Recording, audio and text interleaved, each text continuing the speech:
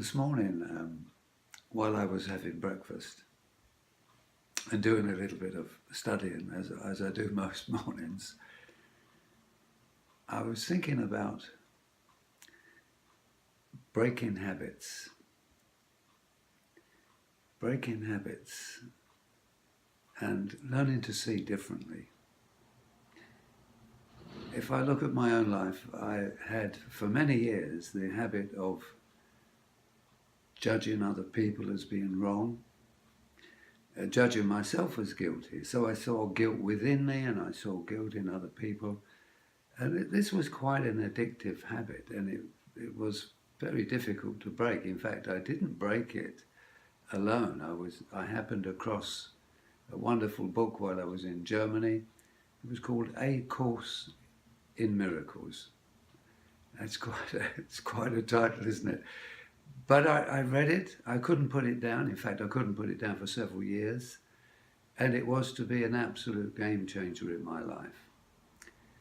One of the key factors in that book was that we must absolutely understand that the eyes and the senses know nothing. The proposition is that the eyes don't see, they just project. And the proposition is that the ears don't hear, they translate. And if you think about that just for a moment, that's absolutely true. You hear a conversation, you decide whether you like it or you don't like it, whether you agree with it or whether you don't. And so we play this endless game of judging, evaluating, and I've said this before, but I like the Irish expression, it drives you cracked in the end, and it really does drive you cracked.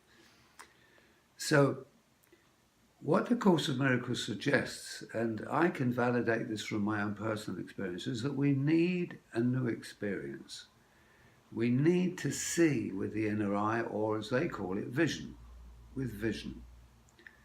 So we need to see that how we see plays a huge part in our experience. In fact, all experience is determined by what we think is real and what we think is false. And so the Course of Miracles would suggest that we need a fundamental change in how we experience the world. So if we look at the past, our past history as a civilization, we can find that how we saw the world was many times seriously wrong.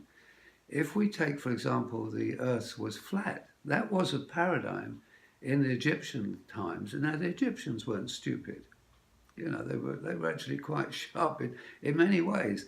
But from the perspective of what the eyes taught them without the aids of telescope, they thought the world was flat. And that was the paradigm that would prevailed. Clearly, with the aid of telescope, no one believes that the earth is flat anymore.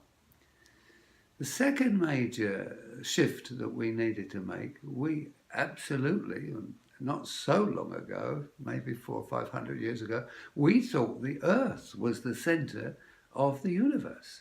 And again, from a perceptual point of view, easy to understand. No matter where we were on the planet, we looked out as from the center of the earth, and we saw the stars around us. So we made the assumption we were the center of the universe. And again, with the aid of telescopes, Galileo and Copernicus, we discovered that we're not the center of the universe. In fact, we're a very small planet with a constellation of stars and planets around us. We revolve around the sun, not the other way around. And just to show how difficult it is sometimes to change our mind about deeply held beliefs, the church refused to accept this concept or this evidence for 500 years. It took them 500 years to make an apology to these two scientists and accept that they got it wrong. Well, I think the third time that we've got it wrong is who we are. Our identity. Yes, we have a body, but the body-mind identity is completely corrupt in many ways. I see myself as separate from you, you see yourself as separate from me, and so we have this gap between us. And again, as the Course of Miracles suggests, this gap into this gap is all the pestilence and all the trials and tribulations that the world is experiencing. So we have to find a new way of seeing, and the way of seeing is so simple, so simple that we could obviously dismiss it, not science-based, but we don't need science. Our own experience will tell us. So the first thing we need to do is to understand how we see the world. And how we see the world through vision, through open intelligence, is to notice what we're thinking, notice what we're feeling, and let it be. Simply let it be. And we will discover in many times that our thoughts, and not that they don't actually, our thoughts don't have an independent nature. Our thoughts belong to us. Our eyes only know what we've taught them. When you were a kid, someone threw you a red ball, said red ball, and after they did that a few times, oh, this is a red ball. And that's how we build up our model of the world from experiences of labeling. But that labeling was done with the intention to identify objects. You and I are not objects. We're actually pure awareness, pure consciousness.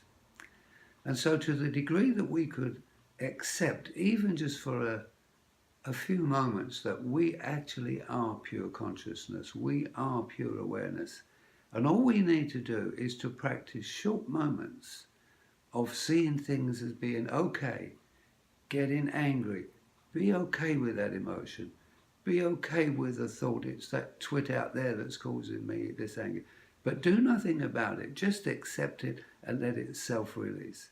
I promise you, if you do this habit over 90 days, it will radically change your perception of the world.